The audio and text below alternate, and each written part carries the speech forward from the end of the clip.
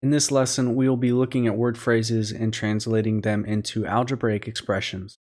We've already learned most of these phrases, and it will probably be a review, and we're going to quickly go over these. But we will have some harder examples towards the end that we have not covered before. So here are some phrases that indicate to us that we should use addition. We will throw some variables in here to learn how to translate word phrases into algebraic expressions. This first keyword we have is plus. An example is 3 plus 7. 3 plus 7 as an expression, we can write it as 3 plus 7. We have the keywords sum of. The sum is the result of addition. If we saw the sum of x and 9, this means to add these two addends together. We have x plus 9. More than, an example would be 4 more than 8. And we want to arrange this literally. It says 4 more than 8. That means we've started with 8 and we are looking for 4 more. We can do that by adding. The total of, an example is the total of 1 and p. The total of 1 and p means to add. The expression looks like 1 plus p. We have increased by. An example is 8 increased by 7. That means we are starting with 8 and we are adding 7. We are increasing it by 7. Our last phrase for addition is added to. We have an example, x added to y. This means we are starting with y and we are adding x more to it. These are some keywords or phrases that you will see with subtraction. If you see these keywords or phrases, we should be setting up our expression for subtraction. Our first keyword is minus.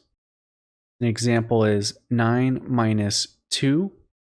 9 minus 2 as an expression is 9 minus 2. It looks like this.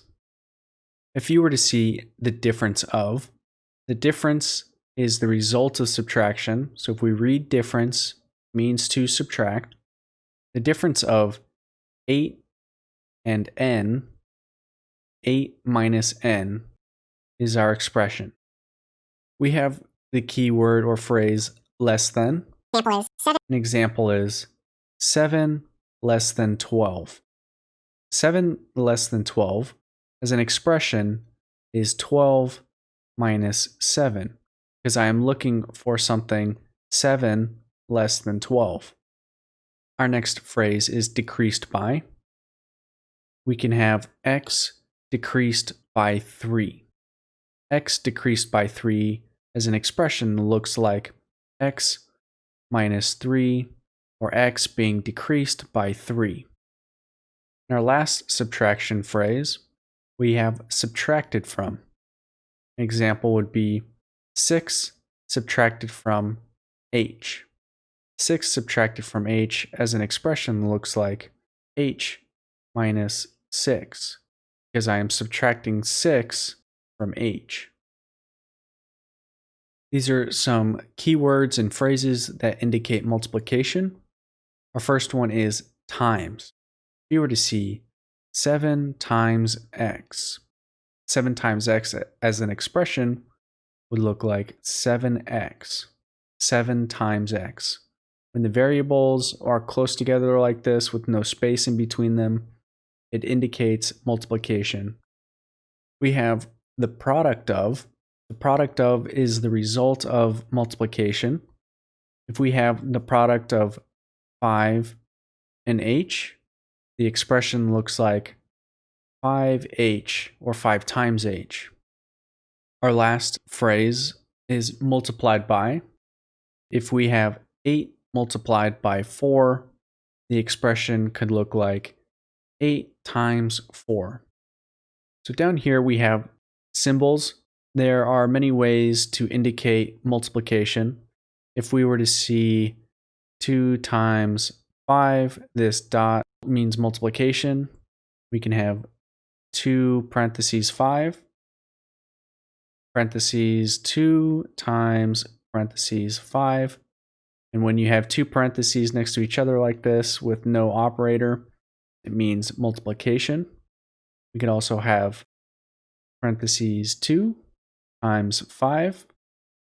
In some older notation, you have seen 2 times 5 with like this mini x in between.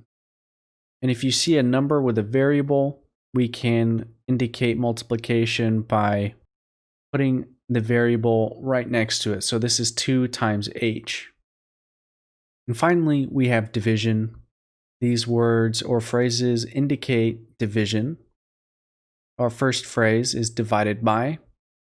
An example would be 12 divided by 3. And a way to express this would be 12 divided by 3. Our next phrase, the quotient of. The quotient is the result of division. So if we had the quotient of x and 5, the quotient of x and 5 tells us to divide.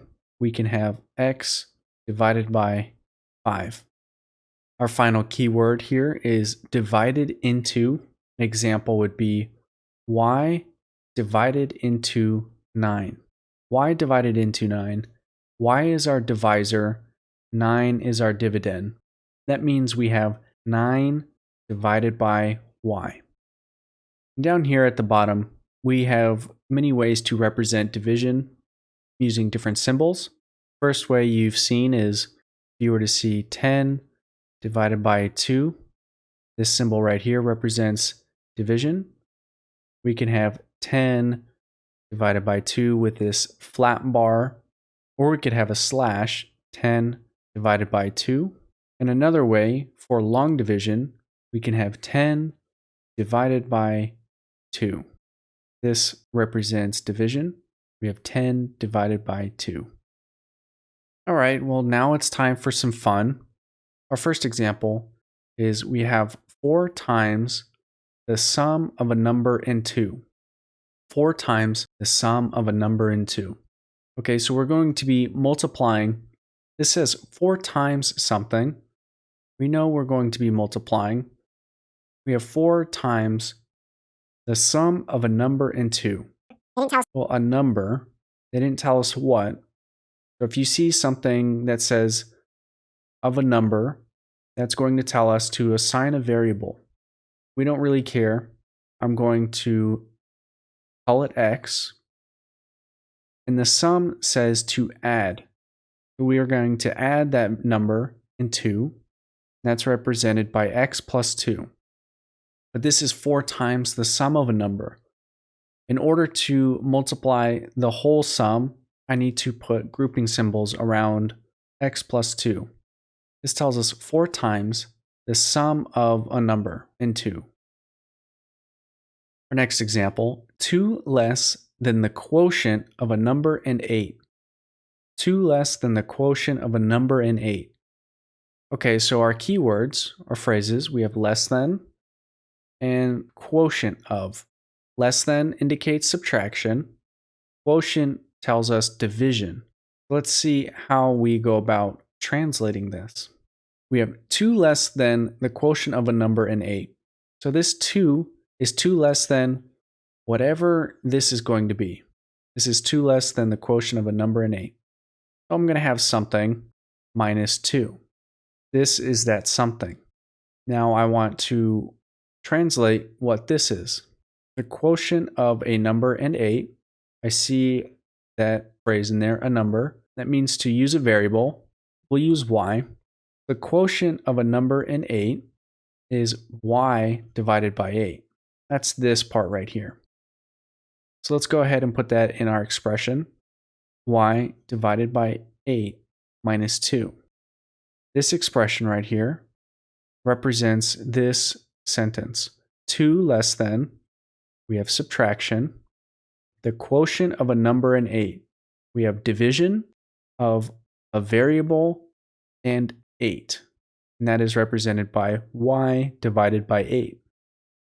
Our last example, we have the product of 9 and the sum of a number and 3. Let's read it again.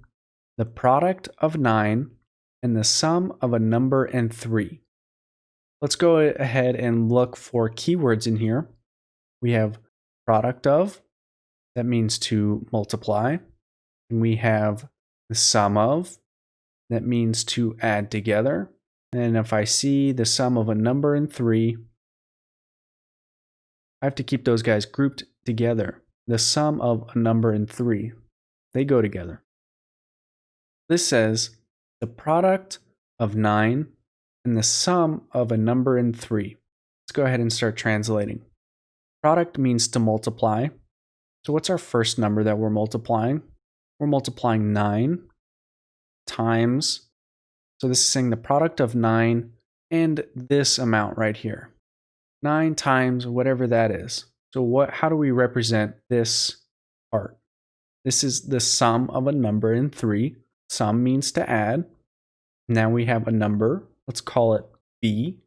We have a number and 3. The sum of a number and 3. Or the sum of b and 3. It's important to group this part of the expression. This grouping tells us the sum of b and 3.